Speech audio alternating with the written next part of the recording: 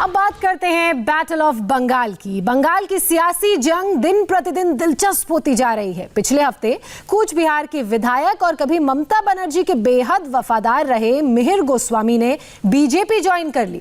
चर्चा तो ये भी थी कि शुभेंदु अधिकारी भी बीजेपी में आने वाले हैं, लेकिन अभिषेक बनर्जी और सौगत राय की कोशिश यही रही कि वो शुभेंदु को मना लें और उन्होंने शुभेंदु को टीएमसी के लिए मना लिया है। बैटल ऑफ बंगाल में आज हम आपको दिखाएंगे कूच बिहार का मूड क्या है। देखिए अर्चना सिंह की ये रिपोर्ट।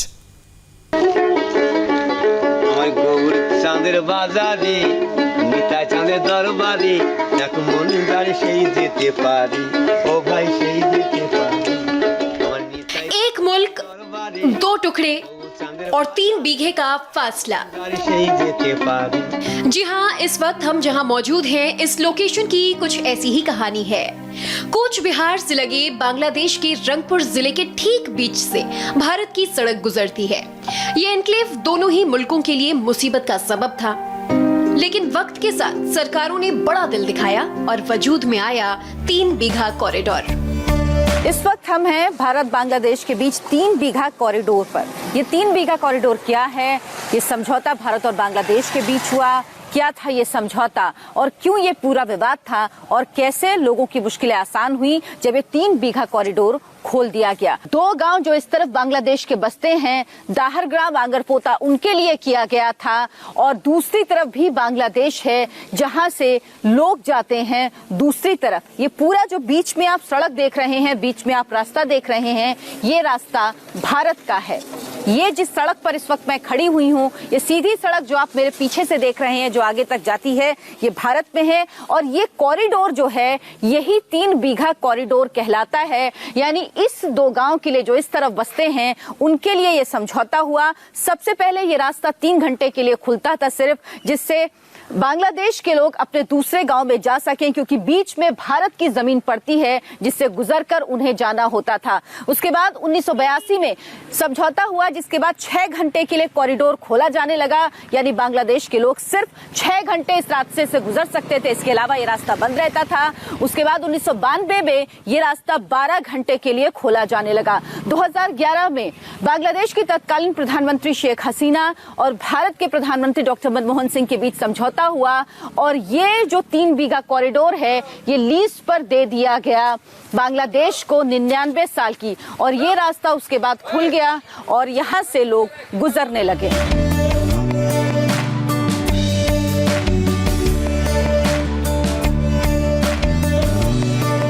47 के बंटवारे की उलझी दास्तान जैसे सुलझने का नाम ही नहीं लेती। छीटमहल की गुत्थी तो नरेंद्र मोदी के प्रधानमंत्री बनने के बाद सुलझाई जा सकी। 68 साल तक 162 गांव के लोगों का वजूद होकर भी नहीं था। वो तकरीबन नो मैन्स लैंड पर थे। गांव बांग्लादेश की सरहद के भीतर और रेवेन्यू मैप पर भारत के भीतर। यही हाल दोनों तरफ था। 2018 में पीएम मोदी की मौजूदगी में ये मामला हल हुआ।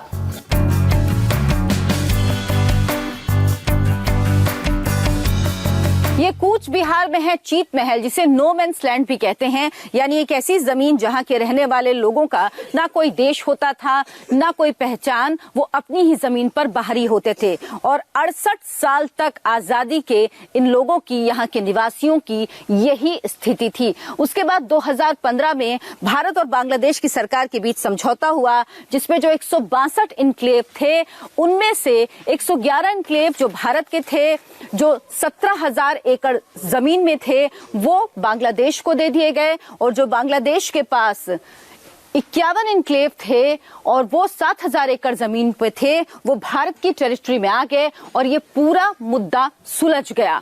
लेकिन यहाँ के लोगों के लिए आप स्थिति सोचिए कि उनके पास ना वोटर आईडी कार्ड था, ना राशन कार्ड होता था, क्योंकि वो ना भारत के नागरिक होते थे, ना बांग्लादेश के नागरिक। इनक्लेव क्या होता है ये आपको समझाते हैं। इनक्लेव यानी वो जमीन जहां पर लोग रहते हैं, वो जमीन किसी देश में होती है। ये जो हिस्सा है ये बांग्लादेश में था था, लेकिन ये घिरा हुआ भारत की जमीन से है, तो इसीलिए इसे नो मैन्स लैंड कहते थे। और ऐसे 162 इनक्लेव थे जो भारत और बांग्लादेश की सीमा पर थे, जिनको लेकर विवाद था और ये विवाद सुलझ गया। और आजादी के 69 साल बाद यहाँ की 3 पीढ़ियों ने एक साथ पहली बार वोट दिया। इसके पहले वो वोट देते हुए देखते थे, चुनाव होते देखते थे, लेकिन उनके पास वोट देने का अधिकार नहीं था।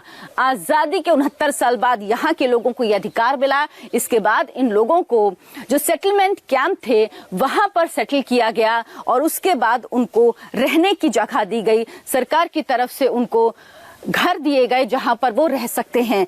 तो कह सकते हैं दुनिया का सबसे उलझा हुआ सीमा विवाद था जो सुलझा आजादी के 68 साल बाद। आबादी के एक्सचेंज में सरकार को मुश्किलें कम नहीं उठानी पड़ी। पहले टिन के अस्थायी कैंप बनाए गए, लोगों को वहां लाया गया और अब वहां से उन्हें स्थायी कॉलोनियों में लाया गया है, मगर समस्याएं आज भी बरकरार हैं।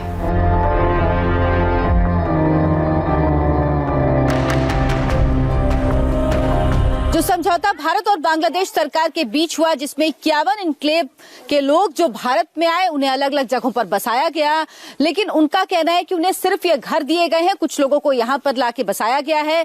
ऐसी ही अलग अलग जगह पर इन लोगों को बसाया गया, लेकिन इन लोगों का कहना है कि इन्हें सिर्फ घर दिए गए हैं। इनकी मांग है कि इन्हें खेती के लिए जमीन मिले, इनके आसपास अस्पताल हो, स्कूल हो और जो भी डेवलपमेंट का काम हो उसमें इनकी भागीदारी जरूर हो। तो क्या सोचते हैं ये लोग और क्या चाहते हैं ये लोग सरकार से, आइए इनसे ही बात करते हैं। अभी तक क्या क्या मिला है आप लोगों को इस सेटलमेंट के बाद? ये लोग का सिर्फ फ्लैट मिला है, रोड नहीं मिला है, ब्रिज नहीं मिला है और 10 फैमिली का बड़ा वाला फैमिली है, वो लोग एक फ्लैट में सोने नहीं सकता है, वो लोग के लिए फ्लैट चाहिए, लेकिन फ्लैट भी रेडी है, अभी तक वितरण नहीं किया। और आप लोग क्या जमीन भी मांग रहे हैं? कितनी जमीन की मांग है और वो क्या मांग थी खेती के लिए? खेती के लिए तो कम से कम 1 एकड़ चाहिए, 1 एकड़ चाहिए ये लोग के लिए। 1 एकड़ 3 बीघा नहीं होने से कैसे बाल बच्चा लेके चले गए लोग, टोटो का तो भाड़ा नहीं मिलता है।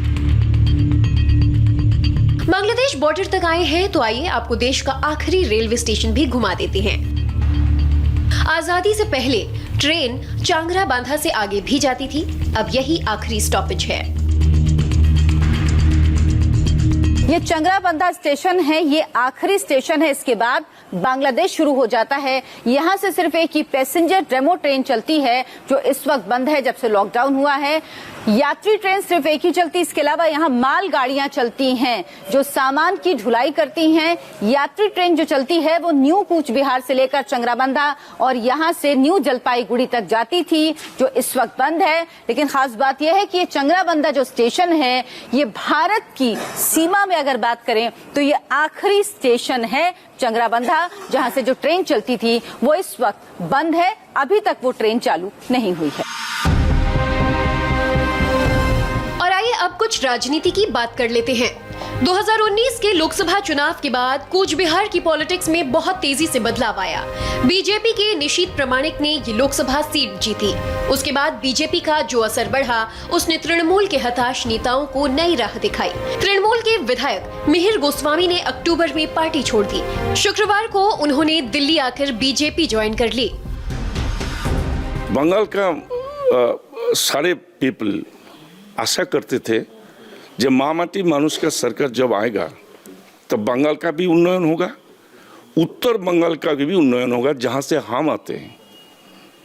लेकिन स्वाधीनता का बाद आज तक उत्तर बंगाल का मेरा जिला कूच बिहार, उस जिला का डेवलपमेंट के लिए राज्य सरकार जहां कलकत्ता में रहते हैं वो कलकत्ता का उन्नयन नहीं देखते, लेकिन उत्तर बंगाल का मेरा जिला कूच बिहार का डेवलपमेंट जो होना चाहिए था वो नहीं हुआ। मगर बीजेपी की इस पैठ ने कूच बिहार में सियासी कंपटीशन बहुत बढ़ा दिया। नतीजा ये है कि सियासी हिंसा जोरों पर है। एक बीजेपी समर्थक की तो दिन दहाड़े घर के पास ही पीट कर हत्या कर दी गई और इल्जाम लगा टीएमसी कार्यकर्ताओं पर। कूच बिहार में राजनीतिक हिंसा का इतिहास बेहद पुराना है। हाल ही के दिनों की अगर बात करें तो बीते 18 नवंबर को काला चंद्र कर्माकर, जो कि बीजेपी के बूथ सचिव थे, उनकी पीट कर उनके घर के पास ही हत्या कर दी गई। ये उनका घर है, ये काला चंद्र कर्माकर की दुकान है और यहाँ से महज 10 कदम की दूरी पर वो जगह है जहाँ उनकी पीट कर हत्या कर दी गई। पूरा विवाद 2 क्लब के बीच हुआ मूर्ति विसर्जन को लेकर, जिसने हिंसक रूप ले लिया और काला चंद्र कर्माकर की इसी जगह पर, ये जगह जहां मैं खड़ी हुई हूं, इसी जगह पर पीट कर हत्या कर दी गई और आरोप लगा टीएमसी के कार्यकर्ताओं पर। अगले दिन बीजेपी ने 12 घंटे का तूफानगंज का बंद भी बुलाया, जिसका विरोध टीएमसी के कार्यकर्ताओं ने किया। लेकिन टीएमसी के लिए मुश्किल सिर्फ बीजेपी नहीं है, बल्कि टीएमसी अंदरूनी कलह से भी परेशान है। 15 नवंबर को टीएमसी के ही 2 गुट आपस में भिड़ गए, दोनों में हिंसक भिड़ंत हुई। ममता बनर्जी लगातार कूच बिहार के जो स्थानीय नेता हैं उनको हिदायत देती रहती हैं कि वो आपसी विवाद से बचें, आपसी हिंसा से बचें, लेकिन उसके बाद भी यहाँ अंदरूनी हिंसा, अंदरूनी कलह भी टीएमसी के लिए मुश्किल का सबब बनी हुई है। और कहा जा रहा है कि यही एक बड़ी वजह है कि टीएमसी ने 2019 में लोकसभा की सीट हार दी और ये सीट बीजेपी के निश्चित प्रामाणिक ने जीती।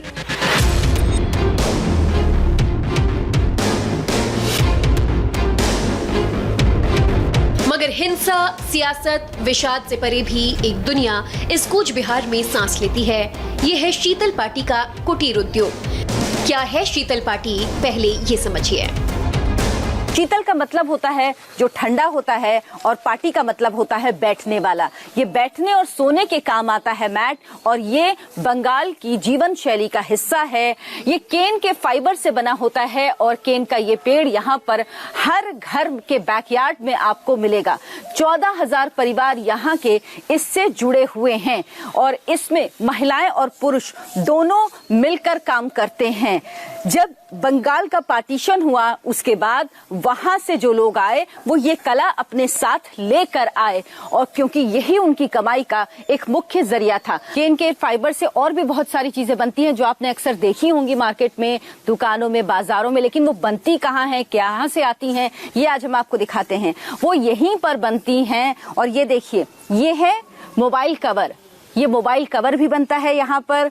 ये वॉलेट, जो वॉलेट आप हाथ में कैरी करते हैं, वो भी यहीं पर बनता है। और देखिए कितना खूबसूरत कलरफुल ये वॉलेट बनाया गया है, जो प्रॉपर वॉलेट है जिसमें अंदर पॉकेट्स हैं, जिप है और बाहर से खूबसूरत ये फाइबर का, केन के फाइबर का बना हुआ वॉलेट है। ऐसी कई चीजें, ये देखिए, ये भी एक छोटा सा पर्स है जो आपको दिखेगा यहाँ पर, ये बनाया गया है। ये भी एक बैग है। इस तरह की बास्केट बनाई जाती हैं। साथ ही साथ ये बास्केट जिसमें आप फ्रूट्स रखते हैं या किसी को गिफ्ट देते हैं, गिफ्ट रैप करके, ये बास्केट भी यहीं पर बनती हैं। ये शीतल पार्टी आई उस पार से थी, यानी बांग्लादेश से, मगर आज कूच बिहार की पहचान बन गई है। लॉकडाउन ने इस कलात्मक उद्योग पर भी असर डाला है। एक्सपोर्ट बंद है, मगर उम्मीद जिंदा है और शीतल पार्टी उद्योग का काम चालू है।